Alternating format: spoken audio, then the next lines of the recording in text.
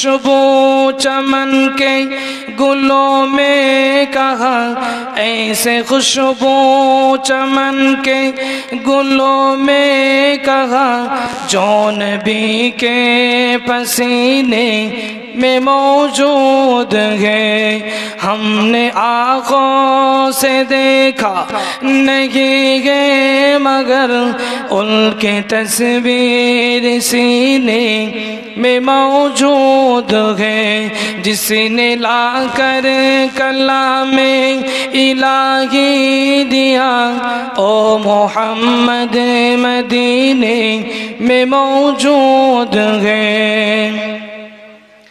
हमने माना कि जन्नत बहुत है हंसी, हमने माना कि जन्नत बहुत है हंसी, छोड़ कर मदीना हम न जाए कहीं।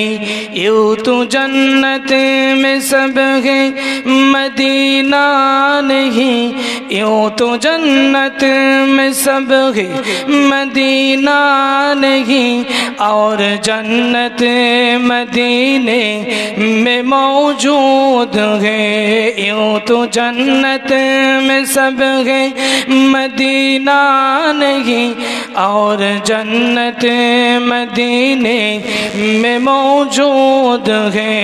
हमने आँखों से देखा नहीं है मगर उनके तस्वीर सीने में मौजूद है। छोड़ना तेरा तैबा गवारा नहीं, छोड़ना तेरा तैबा गवारा नहीं, सारे आलम में ऐसा नज़ारा नहीं, ऐसा मंजर ज़माने में देखा नहीं, ऐसा मंजर ज़माने में देखा नहीं, जैसा मंजर मदीने में मौजूद है। हमने आँखों से देखा नहीं है मगर उनके तस्वीर सीने में मौजूद है। जिसने लाकर कलामे इलाही दिया, ओ मोहम्मद मदीने में मौजूद है। যাবো কেন? আবু জেহেল বলছে না ফিরে যাওয়া যাবে না, মক্কা থেকে যখন বার হয়েছি প্রতিশোধ নেব বলে, প্রতিশোধ নিয়ে তারপর বাড়ি যাব, কোন রকম ভাবে বাড়ি যাওয়া হবে না। কবিলাই বনু জোহরার একটা নেতা ছিল, সে বলল তুমি যাও, আমি আমার 300 সৈন্যদের নিয়ে বাড়ি যাচ্ছি। তো আমি তোমার মতলব বুঝতে পেরেছি, আমি তোমাদের সাথে যাব না। এই জোরে বলুন সুবহানাল্লাহ। 300 চলে গেল। আবু জেহেলের তো নিয়ত আলাদা, ও তো প্রতিশোধ রাসূলুল্লাহকে সাহাবীদেরকে কষ্ট দেবে, সেই জন্য বার হয়েছে। ভাইজানেরা আব্বা জানেরা, আবু জেহেল দ্রুত গতিতে আসতেছে। নবী পাকের সাহাবীরা এমন করে প্রস্তুতি নিয়ে নিয়েছে। আল্লাহ নবী সাহাবায়ে কেরামদের ডেকে ডেকে বললেন, ও আমার সাহাবায়ে কেরাম গণেরা, বাবারা আপনারা প্রস্তুতি নেন, যুদ্ধের ময়দানে যেতে হবে, কিন্তু কোনো ছোট ছেলে যেতে পারবে না, ছোট ছোট কোনো বাচ্চারা যেতে পারবে না। এই সংবাদ যখন মক্কায় চলে গেল, দুইজন ছেলে, দুই ভাই, একজনের নাম মাস আর একজনের নাম মুআওয়াজ। ইতিহাসের পাতায় এই দুটো ছেলের নাম জল জল জল জল করে জ্বলে। আজকে না আমাদের ঘরেও আল্লাহ যেন এই মাস আর মুআওয়াজের মতো সন্তান দেয়। মাস আর মুআওয়াজ দুই ভাই। আল্লাহ নবী মসজিদে নববীতে বসে আছেন, রাসূলুল্লাহর কাছে চলে এসেছে। আসসালাতু ওয়াসসালামু আলাইকা ইয়া রাসূলুল্লাহ হাবিবাল্লাহ, হুজুর আমরা যুদ্ধের ময়দানে যাব। আল্লাহ নবী বললেন, হে দুই ভাই, তোমরা তো জানো আমি রাসূলুল্লাহ নিষেধ করেছি, ছোট বাচ্চাদের যুদ্ধে যাওয়া যাবে না। ওই দুই ভাই নাসর বান্দা কোন রকম ভাবে শোনে না। যুদ্ধে গেলে কি হবে? লজেন দেবে নাকি, না ললিপপ দেবে, না চিপ দেবে খেতে বাচ্চাদের? কিন্তু এরা যুদ্ধে যাওয়ার জন্য জেদ করছে, জেদ আমরা যাব। এরা জানে যে যুদ্ধে তীর নিয়ে, তলোয়ার নিয়ে, ধনুক নিয়ে মারামারি হবে, কাটাকাটি হবে। তারপরেও কি জন্যে? তাদের ইমানি শক্তিটা দেখেন, বুঝতে পেরেছেন? কোন রকম ভাবে যাওয়া হবে না, হুজুর যাব। হযরত ওমর আছেন, আলী আছেন, অন্যান্য সাহাবীরা আছেন, আমির হামজা আছেন, বীর বড় বড় বীর পালোয়ান সাহাবীদের সামনে দুই ছেলে কেমন ভাবে জবাব দিচ্ছে দেখেন, হুজুর যাব। কেন? শুনেছি আবু জেহেল আসছে যুদ্ধে। ওই আবু জেহেল বদমাইশটা মক্কায় আপনাকে কম কষ্ট দেয়নি, সেই জন্য আমরা আবু জেহেলের বিরুদ্ধে, আবু জেহেলের বদলা নেওয়ার জন্য যাচ্ছি। জোরে বলতে পারলেন না সুবহানাল্লাহ? আবু জেহেল আসছে শুনেছি, রক্ত গরম হয়ে গেছে, সর্বনাশ। আল্লাহ নবী তো জাগানের বাদশা হাবিবুল্লাহ, আল্লাহ নবী সেই সময় ওই মদিনার দুই বালকদের ডেকে ডেকে বললেন, যুদ্ধের ময়দানে যেতে হবে না, কিন্তু তোমাদের ভিতরে একজন যাবে, তোমাদের ভিতরে তোমরা কুস্তি লাগিয়ে দাও, যে জিতে যাবে, যে জিততে পারবে সে যুদ্ধের ময়দানে যাবে, আর যে হেরে যাবে সে যুদ্ধের ময়দানে যেতে পারবে না। ভাইরাই স্বাভাবিক, একজন বড় আর একজন ছোট, বড়র সঙ্গে ছোট পেরে উঠবে না। ছোট ভাই শ্বাস কিনা বড় ভাইকে ডেকে কানে কানে কানে কানে বলতে লেগেছে, ও আমার বড় ভাই, শুনেছি আবু জেহেল আসছে যুদ্ধে, আমিও যাব। আল্লাহ নবী কুস্তি করতে বলেছেন, রাসূলুল্লাহ শক্তির পরীক্ষা নিচ্ছে, আজকে তুমি জিতে যাবে, তুমি যুদ্ধে যাবে, আমি হেরে গেলে আমার অনুমতি হবে না। ও ভাই তোমার পায়ে ধরি, তোমার পায়ে পড়ে বলি, আজকে না তুমি একটু নিজে থেকে হেরে যাবে, যাতে করে আমিও যুদ্ধের ময়দানে যেতে পারি। আল্লাহ নবীর সামনে, সাহাবায়ে কেরামদের সামনে দুই ভাই কুস্তি লাগিয়েছে। প্রথমে বড় ভাই ছোট ভাইকে মদিনার মসজিদ নববীতে শুইয়ে দিয়েছে, বুকের উপরে চড়ে বসলো, নতুন করে আবার কুস্তি শুরু করে দিল। ছোট ভাই ঠেলা দিয়েছে, বড় ভাই পড়ে গেল, ছোট ভাই গিয়ে বড় ভাইয়ের বুকের উপরে বসে পড়েছে। ও ভাই যান, আল্লাহ নবী সব বুঝতে পেরেছেন, রাসূলুল্লাহ সব বুঝতে পেরেছে। আহ কি মুহাব্বত, কি ভালোবাসা, কানে কানে কানে কানে যুক্তি করে দিয়েছে, কি ভালোবাসা বলে। এই জায়গায় এক মিনিট একটা কথা বলি, জীবনের বাইরে কোনো কথা বলি না, একটুখানি বলে দিই নবীর মোহাব্বত কাকে বলে, নবীর ভালোবাসা কাকে বলে। আল্লাহর ওলি হযরত জুনায়েদ বাগদাদীর নাম আপনারা শুনেছেন, তিনি ছিলেন তার সময়ের বড় একটা পালোয়ান। হঠাৎ এক বছরে বিরাট কিনা কুস্তি হবে, আজ কিনা খেলা হবে, টাকা পয়সা লাগানো হয়েছে। জুনায়েদ বাগদাদীর সঙ্গে পালোয়ানে কুস্তি করতে আসবে এমন কেউ নেই, চ্যালেঞ্জ ঘোষণা করবে কেউ নেই। জুনায়েদ বাগদাদী এমনি এমনি জিতে গেল। পরের বছরে আবার এলান করা হলো জুনায়েদের সঙ্গে কে কুস্তি করবে, কেউ রাজি হলো না। হঠাৎ করে একটা যুবক ছেলে, শরীরটা খুবই জরাজীর্ণ, দেখতে ভালো না, শর্ট ফিগারের আর জরাজীর্ণ শরীর, হাত তুলে বলে, জুনায়েদের সঙ্গে আমি কুস্তি করব। সকলে হাসাহাসি করে, সকলে ঠাট্টা বিদ্রুপ করে, যে জুনায়েদের সঙ্গে, এত বড় বীর পালোয়ানের সঙ্গে অন্যান্য পালোয়ানেরাও কুস্তি করতে রাজি হয় না। কোথাকার কে একটা ছেলে আজ কিনা জুনায়েদের সামনে গেলেই এক ঘুষিতেই মারা যাবে, আর সে বলে আমি কুস্তি করব। তাই হবে, কুস্তির ময়দানে চলে এলো ওই যুবক ছেলেটি। জুনায়েদ বাগদাদী রহমাতুল্লাহ আলাইহির কানে কানে কানে কানে কি যেন একটা বলেছে, কিতাবের ভিতরে পাওয়া যায় ওই ছেলেটা এসে আল্লাহর ওলি জুনায়েদ বাগদাদীর কানে কানে বলেছে, ও বাবা জুনায়েদ, তুমি হলে বাগদাদের বর্তমানে সবচেয়ে বড় পালোয়ান, তোমার সঙ্গে কুস্তি করে কেউ জিততে পারবে না। আমি হলাম নবী বংশের একটা ছেলে, আজ কয়েকদিন হয়ে গেল আমার বাড়িতে কোনো টাকা নেই, আমার বাড়িতে কোনো খোরাক নেই, আমার বিবিকে আমি খেতে দিতে পারি না, না, আমার বাচ্চারা ক্ষুধার্ত অবস্থায় রয়েছে।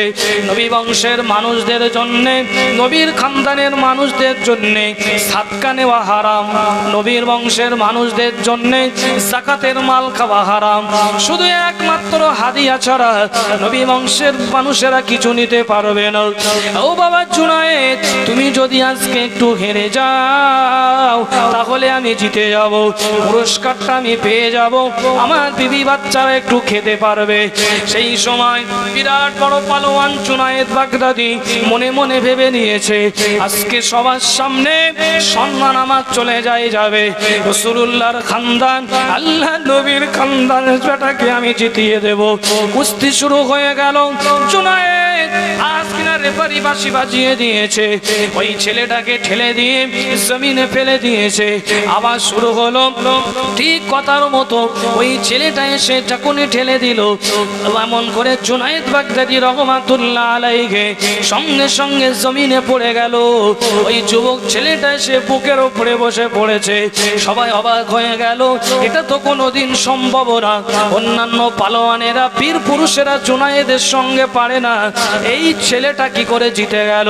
হযরত জুনায়েদ বাগদাদি নিজের বুকের উপরে আল্লাহ নবীর খানদানের বেটাকে, রাসূলুল্লাহর খুনটাকে নিজের বুকের উপরে রেখে প্রমাণ করে দিয়েছিলেন, আমি জুনায়েদ, আমার টাকা থেকে আমি জুনায়েদ বাগদাদি, আমার সম্মানের থেকে রাসূলুল্লাহর খানদানের সম্মান, রাসূলুল্লাহর খুনের সম্মান আমার কাছে অনেক বেশি। আর জোরে বলুন সুবহানাল্লাহ।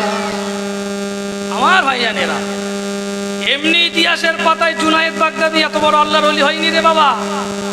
ত্যাগটা দেখে, এই ত্যাগ করে বাড়িতে চলে গেছে। আল্লাহ পাক রব্বুল আলামিন এত পরিমাণে খুশি হয়ে গেছেন জুনায়েদ বাগদাদির উপরে। পৃথিবীর জমিনে তাসাউফের পরিভাষায় আল্লাহর ওলিদের তরিকাতে জুনায়েদ বাগদাদি একজন তারকা। জোরে বলুন সুবহানাল্লাহ। মাজার মুআওয়াজের কথা বলতে এসে গেছে এই জায়গায়। উদাহরণস্বরূপ মাজার মুআওয়াজের এই চিত্র রাসূলুল্লাহ বুঝে ফেলেছেন। যাও বাড়িতে গিয়ে কালকে তোমরা যুদ্ধে যাবে। কি খুশি, সে খুশির কথা বলা যাবে না। কি আনন্দ, দৌড়ে দৌড়ে বাড়িতে চলে গেছে, হেঁটে যাবে না, দৌড়ে দৌড়ে মায়ের কাছে গিয়েছে। ভাইজানের আব্বা জানেরা, ওই দুটো বালক বাড়িতে গিয়ে আম্মা জান আম্মা জান আম্মা জান বলে চিৎকার করে। মা ডেকে ডেকে বলে, কি হয়েছে বেটা, এমন করে রাখো কেন? ওই সময় ওই দুইটো ছেলে বলতে লেগেছে, আম্মা জান, আগামীকাল বদরের যুদ্ধের জন্য, ইসলামের প্রথম যুদ্ধের জন্য আল্লাহ নবী সাহাবীরা যাবেন, রাসূলুল্লাহ আমাদের অনুমতি দিয়েছেন। মা কেমন ভালো করে শোনেন, ও মায়েরা শুনে রেখে দেন, ইসলামের জন্য জীবন চাইলে জীবন দিতে হবে, কিয়ামতের দিনে সোজা জান্নাতে চলে যাবে। মা আজ কিনা নিজে হাতে করে দুটো ছেলে ছোট বলে বড় তলোয়ারি চালাতে পারবে না, ছোট ছোট তলোয়ারি নিয়ে সুন্দর করে মা হাত দিয়ে দিয়েছে। হাত দিয়ে দুটো ছেলের হাতে তুলে দিল।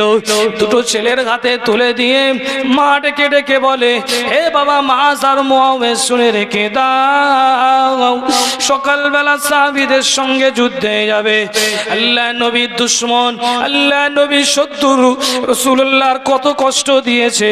ওই আবু জেহেল আসতেছে, আবু জেহেলকে যদি জীবিত রেখে তোমরা বাড়িতে ফিরে আসো, আমি মা বলছি তোমাদের জন্য আমার বাড়ির দরজা একেবারেই বন্ধ হয়ে যাবে। যাও, আমি মা তোমাদের ছেড়ে দিলাম। আবু জেহেলকে না মেরে যদি বাড়িতে আসো, তোমাদের ঘরের দরজা বন্ধ, ঘরে উঠতে দেবো না। কি মারে বাবা, যাও আবু জেহেলকে মারতে হবে। যাও, তোমাদের খেয়াল থাকবে আবু জেহেল, অন্য কোনো দিকে খেয়াল নেই, আবু জেহেলের দিকে খেয়াল রাখতে হবে। দুই ভাই প্রতিজ্ঞা করে নিয়েছে, মা আপনি দোয়া করেন, হয় আমাদের শেষ দিন নয় আবু জেহেলের শেষ দিন। রাসূলুল্লাহকে জ্বালিয়েছে, ব্যবস্থা করব কালকে। কাফেলা বার হয়ে গেল। আল্লাহ নবী রমজান শরীফের মাস, আল্লাহ নবী সাহাবীরা রোজা অবস্থায় বার হয়েছে, কতটা কষ্ট দেখেন। সারাদিন রোজা করলে কত কষ্ট হয়। ওই রোজা অবস্থায় মরুভূমির বালির উপর দিয়ে মাত্র দুটো ঘোড়া আর 70টার মতো উট রয়েছে, কিছু কম বেশি। ভাইজান কয়েকটা তলোয়ারি, তীর অল্প রয়েছে, ঢাল অল্প রয়েছে, সঙ্গে করে নিয়ে ইমানে বলে বলিয়ান হয়ে মাত্র 313 জনকে সঙ্গে করে নিয়ে আল্লাহ নবী মদিনাতুল মুনাওয়ারা থেকে মদিনার মসজিদ নববীতে আব্দুল্লাহ ইবনে উম্মে মাকতুমকে দায়িত্ব দিয়ে আল্লাহ নবী চলে যাচ্ছেন রমজানের রোজা অবস্থায় যুদ্ধ করতে।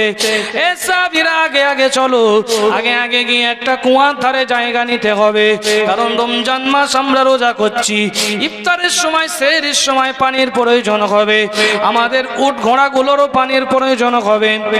নবী সাহাবীরা আগে আগে দ্রুত এসে একটা জায়গা পাহাড়ের ধারে, পাহাড় থেকে একটু দূরে একটা কুয়া রয়েছে, ওই কুয়াটা যিনি খনন করেছিলেন তার নাম ছিল বদর, ওই জন্য ওই কুয়াটার নাম হয়ে গেল বদর। আর ওই বদরে নামক কুয়ার ধারে যুদ্ধ হয়েছিল বলে এই যুদ্ধটাকে ইতিহাসের পাতায় বদরের যুদ্ধ বলা হয়। ওই জানাব্বা জানেরা আল্লাহ নবী সাহাবীরা ওই কুয়াটাকে একবার করে নিলেন, ঘিরে নিলেন। ইয়া রাসূলুল্লাহ গে, ইয়া হাবিবাল্লাহ, হুজুর এই কুয়াটাকে ঘিরে নিয়েছি। আবু জেহেল মনে মনে ভেবেছিল, নিজের সঙ্গীদের সৈন্যদের ডেকে ডেকে বলেছিল কুয়া একটা নিতে হবে, কিন্তু এসে দেখেন নবী সাহাবীরা কুয়াটাকে একবার করে ঘিরে নিয়েছে। ভাইজান আব্বা জানেরা, মরুভূমির বালির উপরে আল্লাহ নবী সাহাবীদের পা দাঁড়ায় না, পাটা যেখানেই দেয় সেখানে চলে যায়। বালি এমন একটা জিনিস সব সময় টেনে ধরে, বালি এমন একটা জিনিস সব সময় টেনে ধরে, গাড়ি গেলে কেউ গেলে পা টেনে ধরে। আব্বা জানেরা, ভাই জানেরা, ও মায়েরা বোনেরা, এমন সময় দেখা গেল নবী সাহাবীরা নবীজির কাছে এসে বললেন, নবীজি দোয়া করলেন, আসমান থেকে বৃষ্টি বর্ষণ হয়ে গেল। সাহাবীরা যেই জায়গায় বালিটা জমে গেল, সাহাবীরা সুন্দর করে আজ কিনা বসতে পেরেছেন তাঁবুগুলো তৈরি করলেন। আবু জেহেল যেই জায়গায় রয়েছে ওই জায়গায় পানি হলো না, ওই জায়গায় বালি যেমন ছিল তেমন রয়েছে। ওই জানাব্বা জানেরা, এমন সময় আবু জেহেলের পক্ষ থেকে একজন ব্যক্তি পানি ওঠাতে এসেছে, তাকে বন্দী করে নবীজির কাছে নিয়ে যাওয়া হলো। হে সাহাবীরা, এই ব্যক্তিটাকে কিছু বলো না, একে ছেড়ে দাও, শুধু জিজ্ঞাসা করো কজন এসেছে, আবু জেহেলের দলে কজন রয়েছে। ওই ব্যক্তিটি বলে দিয়েছে, না না আমি সঠিক গণনা করে বলতে পারবো না। এমন সময় দেখা গেল আজ কিনা বলে সারা প্রতিদিন কটা করে উট তোমরা জবাই করো, বলে আমরা 10টা করে উট জবাই করি। আল্লাহ নবী সাহাবীদের বললেন, নবীজি বললেন ওদের কাছে 1000 বাহিনী রয়েছে। আল্লাহ নবী সাহাবীরা মনোবল হারালেন না, দুই দিকে তাবু রয়েছে, ওই দিকে কাফেরেরা, ওই দিকে একদিকে আল্লাহ নবী সাহাবীরা। এমন সময় দেখা গেল দেখতে দেখতে 17ই রমজান রাত এসে গেছে। 16ই রমজান রাত দিবগত করে 17ই রমজান হবে। আপনারা এদিকে সরে আসেন, একটু সরে আসেন, আপনারা জায়গাটা করে দেন, খালি জায়গাটাই দরুদ শরীফ পড়েন আল্লাহুম্মা। আপনারা একটু জায়গা করে দেন, বৃষ্টি পড়ছে, ভিজে গেলে শরীর খারাপ করবে। ভিতরে যা জায়গা আছে আব্বাজান ভাইরা একটু চেপে চেপে আসেন, মায়েদের জন্য একটু বসার ব্যবস্থা করে দেন।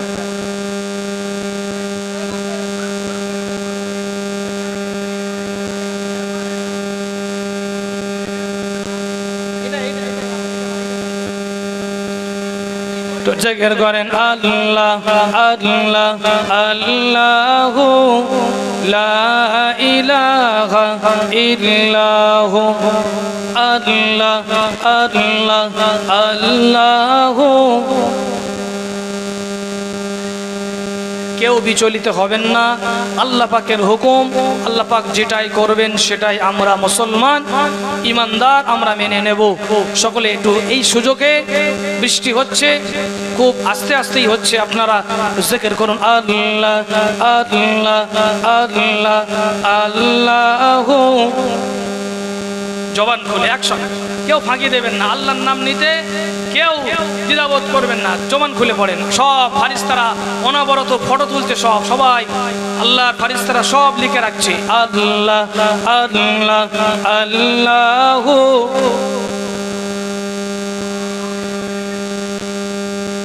আল্লাহ আল্লাহ আল্লাহু লা ইলাহা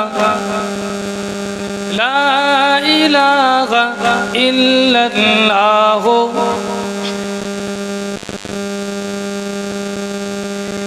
দুরুশনি আল্লাহুম্মা সাল্লি আলা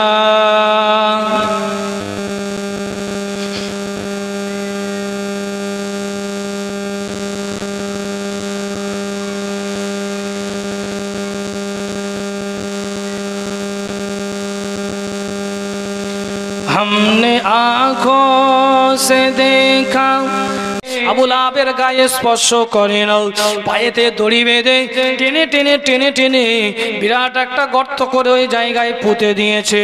একটু চিল্লে বলুন সুবহানাল্লাহ। তাকবীর দেন, নারায়ে তাকবীর। সেই বদরে 313 জন সাহাবীদের মতন তাকবীর দেন, নারায়ে তাকবীর। আপনাদের এই প্যান্ডেলে যে কজন আছেন দুভাগ করব, দুভাগ, ঠিক এই সোজা দুভাগ করে এই দিককার মানুষ মানে যারা বসে আছেন এনাদের এখন ছুটি দিলাম, আপনারা বলবেন এই সোজা করে এই দিক, দেখবো কারা বিজয়ী হয়। এদিকে একটু লোক বেশি আছে একটু, কিন্তু এই দিকে যারা আছেন দেখছি সব বেশিরভাগ যুবক। তাকবীর দেন, নারায়ে তাকবীর, নারায়ে তাকবীর। এবার এই আপনারা চুপ থাকবেন, এই দিকে আর মানুষরা বলবেন তাকবীর দেন, নারায়ে তাকবীর। কারা জিতলো? কে জিতলো আনার ভাই? সমান নাকি? সমান, ড্র, ড্র হয়ে গেছে। এবার একসঙ্গে সবাই মিলে এই আওয়াজটা ধরে রাখতে হবে, বুঝতে পেরেছেন? আজকে তো গোশত দিয়ে খিচুড়ি রান্না হয়েছে, আবার আবহাওয়াটা ঠান্ডা, মানে শাঁটা তো মানে ভালো করে তো খেতে তো হবে, একটু খিদে করে নেন ভালো করে। একসঙ্গে নারায়ে তাকবীর, নারায়ে তাকবীর। 7 দিন ব্যাপী বিশ্বনবীর জীবনী জলসা ছোট মহদেবপুর কবিরাজপাড়া যুব কমিটির পরিচালনায় সকলের সহযোগিতায় 7 দিন ব্যাপী বিশ্বনবীর জীবনী জলসা সিলসিলায়ে হক ফুরফুরা শরীফ নারায়ে তাকবীর। আওয়াজ শুনে তো মানে বুকে পানি উঠে যাচ্ছে, আওয়াজ শুনে ভয় খেয়ে যাচ্ছে, আওয়াজ শুনে ভয় খেয়ে যাচ্ছে, ওই জন্যই তো শুধু সমস্যা। একবার যদি জেগে ওঠে খবর আছে। 313 জন আমার বাবাজিরা ভাইয়েরা যুদ্ধের ময়দান থেকে ফিরে এসে দিন কাটাতে লেগেছে। আবু সুফিয়ান বলছে নতুন করে প্রিপারেশন নিতে হবে। আপনারা চাঙ্গা হয়ে গেছেন, বুঝতে পেরেছেন? একটু সবাই ঝিমিয়ে গিয়ে যাচ্ছিল কিন্তু ঠিক হয়ে গেছে, মাশাআল্লাহ।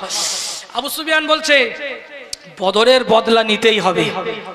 নিয়ত করেছে যতদিন বদলা না নেয় মাথায় তেল দেবো না, বিবির কাছে যাব না। আবু সুফিয়ানের বিবির নাম কি বলেন? হেন্দা। কি হেন্দা? এই নামটা তো ভোলার মতো না, আপনারা ভুলে যান কেন? আবু সুফিয়ানের বিবি, আবু সুফিয়ানের বিবি আর আবু লাহাবের বিবির নাম তো ভোলার মতো না। এই বদমাইশেরা যা করেছিল। যাই হোক, আবু সুফিয়ানের বিবি হেন্দা বলে তুমি কি নিয়ত করেছো? বলে হ্যাঁ, এর বদলা নিয়ে ছাড়বো পরের বছরে। রাতের অন্ধকারে খুব মনোযোগ দেন। বদরের যুদ্ধ একরকম ছিল, এবারে ওহদের যুদ্ধ হবে।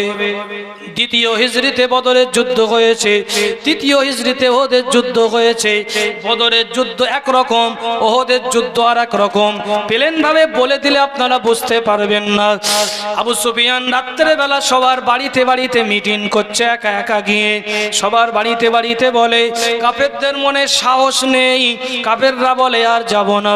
কিন্তু আবু সুফিয়ান নিয়ত করে নিয়েছে এর প্রতিশোধ নিয়ে ছাড়ব।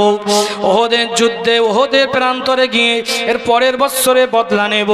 সবার বাড়িতে বাড়িতে বাড়িতে বাড়িতে গিয়ে প্রিপারেশন নিচ্ছে।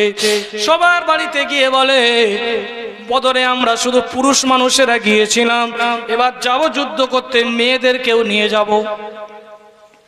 যখন মুহাম্মাদের সাহাবীরা তলোয়ার মারছিল, আমাদের সৈন্যরা সব পিছনে ধাওয়া করে পেছনে পালিয়ে যাচ্ছিল।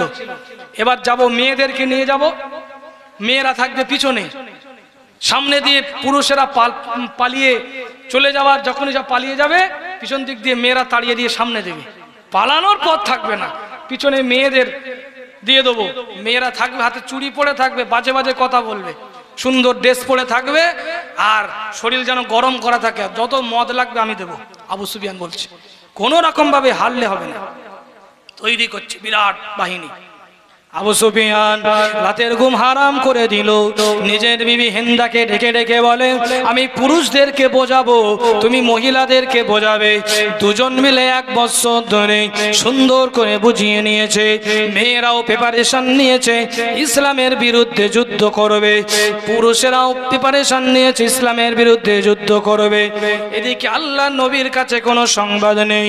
ভাইজান আব্বা জানেরা, গণনা করে দেখা হলো ওহদের প্রান্তরে ওই যুদ্ধের জন্য কাফেরদের সংখ্যা হলো 3000। 3000-এর একটা বাহিনী। মনে মনে চিন্তা করে গোপনে গোপনে যাব, গিয়ে আজ কিনা মারবো। ভাইজান আব্বা জানেরা, বিরাট বাহিনী নিয়ে 3000 বাহিনী নিয়ে আজ কিনা পার হয়ে গেছে। আল্লাহ নবীর কাছে সংবাদ চলে এসেছে, ইয়া রাসূলুল্লাহ গে, ইয়া হাবিবাল্লাহ, হুজুর আর বসে থাকলে হবে না। ওইদিকে আবু সুফিয়ান 3000-এর বাহিনী নিয়ে আবার যুদ্ধ করতে বার হয়ে গেছে। আল্লাহ নবী মনে মনে ভাবেন এই তো কয়েকদিন আগে যুদ্ধ করে ফিরলাম, আবার আমার সাহাবীদের যুদ্ধের কথা কি করে বলবো। মুহররম, সফর, রবিউল আউয়াল, রবিউল সানি, জমাদিউল আউয়াল, জমাদিউল সানি, রজব, শাবান, রমজান। দ্বিতীয় হিজরি রমজান মাসের 17 তারিখ বদরের যুদ্ধ হয়েছে, মানে 9 মাসে। আর শাওয়াল, জিলকদ, জিলহজ 3 মাস যাওয়ার পরে তৃতীয় হিজরিতে আবার যুদ্ধ। টাইমটা খুবই কম। এটা ছিল একরকম বদরের যুদ্ধ। আর ওহদের যুদ্ধ হচ্ছে মানে বদরের যুদ্ধে যাওয়ার ফিরে আসার কয়েক মাস পরে। আল্লাহ নবী মনে মনে ভাবে আমার সাহাবীদের আমি কি করে বলবো, এই তো সবে যুদ্ধ থেকে ফিরে এসেছে, অনেকে আহত হয়ে গেছে, আহত সাহাবীদের ক্ষত বিক্ষতগুলো সুস্থ হয়ে গেছে, 14 জনকে হারিয়েছি, কি করে আবার আমি যুদ্ধের কথা বলবো।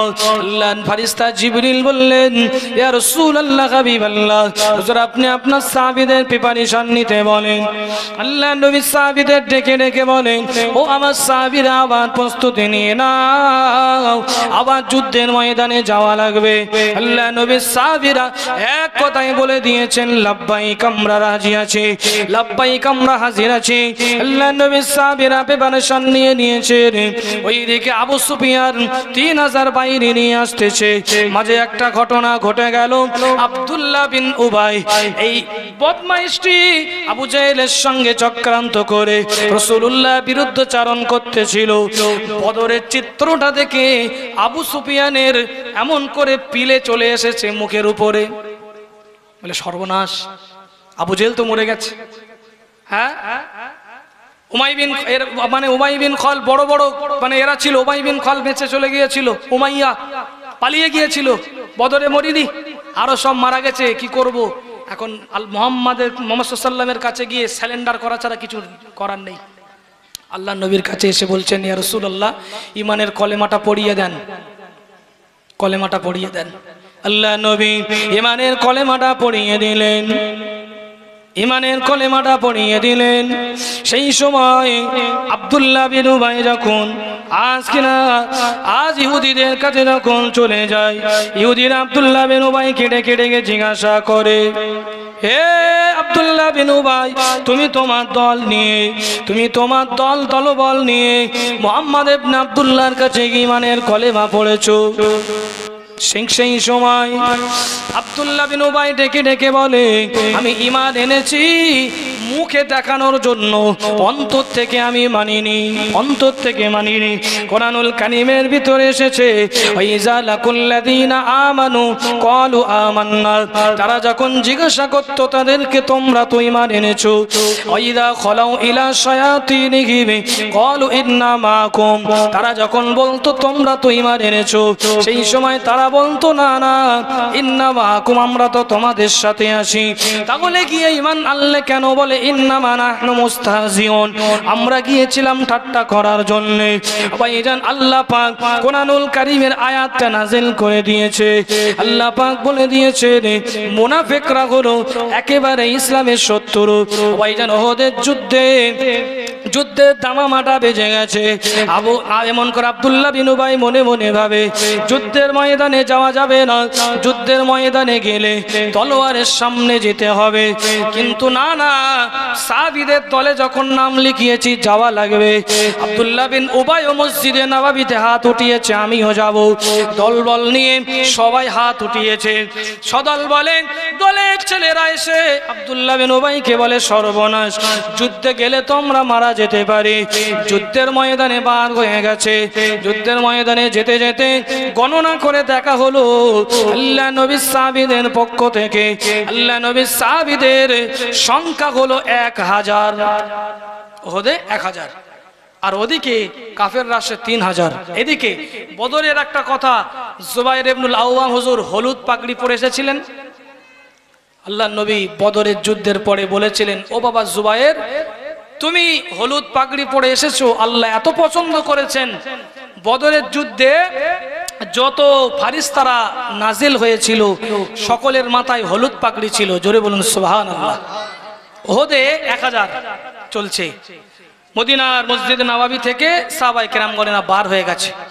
সাহাবীরা অনেকে বলা বলি করছে বদরে 313 জন ছিলাম, এবারে তো আমরা সংখ্যায় 1000। আল্লাহ নবী তাদেরকে ডেকে ডেকে বললেন, ও সাহাবীরা, সংখ্যা নিয়ে কোনোদিন বিচার হয় না। যেতে যেতে প্রতিমধ্যে পিছন দিক দিয়ে আব্দুল্লাহ বিন উবাই নামক এই মুনাফিকটি 301টা বাহিনী নিয়ে তার সাথীদেরকে নিয়ে পিছন দিক দিয়ে পালিয়েছে। 1000 থেকে 300 কেটে গেলে থাকে আর 700। মনে একটা বল ছিল, সঙ্গে আছি 1000, 300 কেটে গেল। সাহাবীদের সাময়িক সময়ের জন্য একটু মনে দাগ কাটলো। আল্লাহ নবীর কাছে এসে বলে, ইয়া রাসূলুল্লাহ, ইয়া হাবিবাল্লাহ, হুজুর আব্দুল্লাহ বিন উবাই 300 নিয়ে চলে গেছে, 300 সৈন্য নিয়ে ভেগে পালিয়েছে। আল্লাহ নবী এই সময় সাহাবীদেরকে সান্ত্বনা দিলেন। ঠিক সেই সময় কোরআনুল কারীমের আয়াতটা নাযিল হয়ে গেল, ইজা জাআকাল মুনাফিকুনা ক্বালু নাশহাদু ইন্নাকা লারাসূলুল্লাহ আল্লাহু ইয়ালামু ইন্নাকা লারাসূলু আল্লাহু ইয়াশহাদু ইন্নাল মুনাফিকিনা লাকাযিবুন। কোরআনুল কারীম 28 নম্বর পারার 13 নম্বর পৃষ্ঠার শেষের দিকে সূরা জুমার পরে সূরা মুনাফিকুন, ইজা জাআকাল মুনাফিকুন, হে আমার হাবিব, আপনার কাছে মুনাফিকরা এসে যখন বলে, ক্বালু, তারা যখন বলে, নাশহাদু ইন্নাকা লারাসূলুল্লাহ, আমরা সাক্ষ্য দিচ্ছি আপনি হলেন আল্লাহর নবী, আল্লাহু ইয়ালামু ইন্নাকা লারাসূলু, আমি আল্লাহ জানি আপনি হলেন আল্লাহর নবী, আল্লাহু ইয়াশহাদু ইন্নাল মুনাফিকিনা লাকাযিবুন, আমি আল্লাহ সাক্ষ্য দিয়ে বলি মুনাফিকরা হলো মিথ্যাবাদী। কোরআনুল কারীমের আয়াত নাযিল হয়ে গেল, ইন্নাল মুনাফিকিনা ফিদ দারকিল আসফালি মিনান নার, ওই মুনাফিকরা যারা ধোঁকা দিয়ে মুখে ঈমান অন্তরে কুফর, অন্তরে নেফাক, এদের স্থান হবে একেবারে জাহান্নামের নিচে। ভাইজানেরা, সাহাবীরা ওহদ পাহাড়ের নিকটে পৌঁছে গিয়েছে। চারিদিকে পাহাড়, 3 দিকে পাহাড়, একদিকে একটা গিরিপথ আছে। আল্লাহ নবী কুফারে কুরাইশদের আসার আগে আল্লাহ নবী সাহাবায়ে কেরামদের ডেকে ডেকে বললেন, ও বাবা আলী, বদরে তোমাকে সেনাপতি করেছিলাম, তুমি এবারেও সেনাপতি থাকবে। আর একজন সাহাবী যিনি সেনাপতি ছিলেন তানাকেও ডেকে সেনাপতি বানিয়ে দেওয়া হয়েছে। ও আমার সাহাবীরা, বদরের প্রান্তরে আপনারা যুদ্ধ করেছেন, আপনাদের আর সুন্দর করে যুদ্ধের রণকৌশল বুঝিয়ে দেওয়া লাগবে না, আপনারা সুন্দর করে সাজিয়ে নেন। আল্লাহ নবী নিজে কি করলেন, সাহাবীদের বললেন, আল্লাহ নবী কিছু তীরন্দাজ সাহাবীদেরকে বেছে নিলেন, কিছু তলোয়ারে যারা ভালো তলোয়ার চালাতে পারে তাদেরকে ভাগ করলেন, যারা ভালো নেশা চালাতে পারে তাদেরকে ভাগ করলেন। এভাবে করে কাউকে যারা ভালো তীর চালাতে পারে এমন 50 জন সাহাবীদেরকে নিয়ে ওই যে পাহাড়ের উপরে একটা পাহাড়ের নিচে একটা গিরিপথ রয়েছে ওই জায়গায় দাঁড় করিয়ে দিলেন। বললেন, আমি যত সময় না বলবো এই জায়গা ছেড়ে যেন নিচে আসবে না, এখান থেকে দিয়ে যেন কেউ না আসতে পারে। প্রবেশ করার চেষ্টা করলে 50 জন একসঙ্গে তীর চালাবে, কোন রকম ভাবে কাফেরেরা যেন ভিতরে প্রবেশ করতে না পারে। যারা ভালো তলোয়ার চালাতে পারে তাদেরকে সামনে দাঁড় করিয়ে দিলেন। পেতালে যদি বাই চান্স কেউ ঢুকে যায় একসঙ্গে আক্রমণ করে দেবে, কোন রকম ভাবে জিততে যেন না পারে। সুন্দর করে প্রিপারেশন নিয়ে আল্লাহর নবী সাজিয়ে দিলেন। রাসূলুল্লাহ একটা কথা বললেন, সবাই ভালো করে মনে রাখবে, আমি রাসূলুল্লাহ যত সময় না বলবো যুদ্ধ শেষ হয়েছে তত সময় যেন নিজেদের জায়গা ছেড়ে কেউ যেন অন্য জায়গায় যাবে না। আমি যত সময় না বলবো তত সময় যেন যুদ্ধ বন্ধ করবে না, যে যার জায়গা যেন পজিশন যেন ছাড়বে না। আমি রাসূলুল্লাহ আমার জন্য ওহদ পাহাড়ের উপরে একটা সুন্দর তাঁবু তৈরি করে দাও, আমি ওই জায়গা থেকে যুদ্ধের পুরো জায়গাটা আমি দেখব, আমি রাসূলুল্লাহ ওই জায়গায় থাকবো। আল্লাহ নবীর জন্য সুন্দর একটা বসার ব্যবস্থা করে দেওয়া হয়েছে। যুদ্ধ শুরু হয়ে গেল। আবু সুফিয়ান এসে থেকে সর্বনাশ। সুন্দর করে নবী সাহাবীরা প্রিপারেশন নিয়ে সাজিয়ে রেখেছেন। ওই গিরিপথ দিয়ে ঢুকতে গেলেই তীর, এত পরিমাণে তীর বর্ষণ হচ্ছে, ঢোকা অসম্ভব, আসতে পারছে না। দু একজন প্রবেশ করলেই আল্লাহ নবী সাহাবীরা এত পরিমাণে তলোয়ার মারছে, কেউ টিকতে পারছে না। সর্বনাশ, কি হবে? যুদ্ধ শুরু হয়ে গেল। বীর বিক্রমে ওহদের ময়দানে যুদ্ধ শুরু হয়ে গেল। ইসলামের পতাকাটা ওহদের প্রান্তরে আজ কিনা উড়িয়ে দেওয়া হয়েছে। কাফেরেরা শত চেষ্টা করে ওই জায়গায় গিয়ে ইসলামের পতাকাটা নিচেই নামিয়ে দেব, ও ভাইজানেরা আব্বাজানেরা, কিন্তু কোন রকম ভাবে সম্ভব নয়।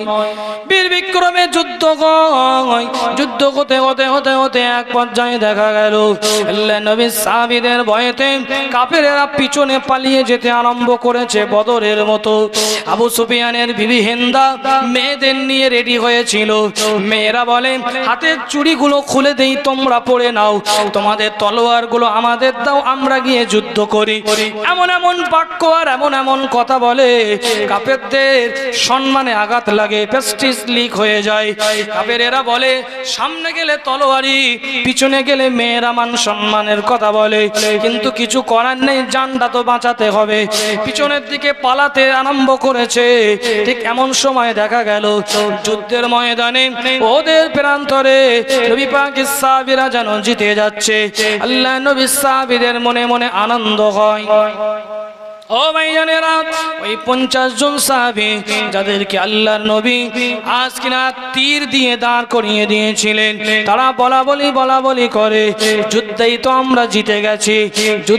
আমরা জিতে গেছি, চলো নিচেই গিয়ে গনিমতের মালগুলো আমরা কুড়িয়ে নিই।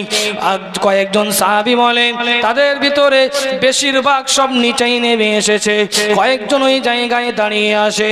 তারা বলে, না না, রাসূলুল্লাহর কথাটা মনে করে দেখো, আল্লাহ নবী মানা করেছিলেন যত সময় আমি না বলবো অত সময় নিচেই আসবে না। ভাইজান আব্বাজানেরা, সাহাবীরা নিচে এসে আজ কিনা নিজেদের যুদ্ধের পোশাকগুলো খুলে ফেললেন, তলোয়ারগুলো খাবে ঢুকিয়ে দিলেন, তীরগুলো নিচেই রেখে গনিমতের মালগুলো কোণাতে লেগেছে। আল্লাহ নবী উপর থেকে দেখতেছেন। এমন সময় দেখা গেল খালিদ ইবনে ওলীদ তখনও পর্যন্ত ঈমানের কলেমা পড়েনি।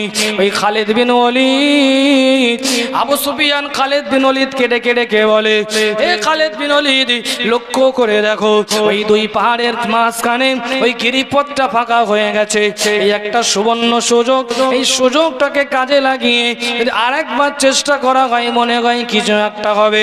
খালিদ বিন ওলীদ কিছু কম ছিল না, মক্কার বীর পালোয়ান, আবার মক্কার কাফেরদেরকে নিয়ে ওই গিরিপথের ভিতর দিয়ে অতর্কিতভাবে ঢুকে ঢুকে গেছে।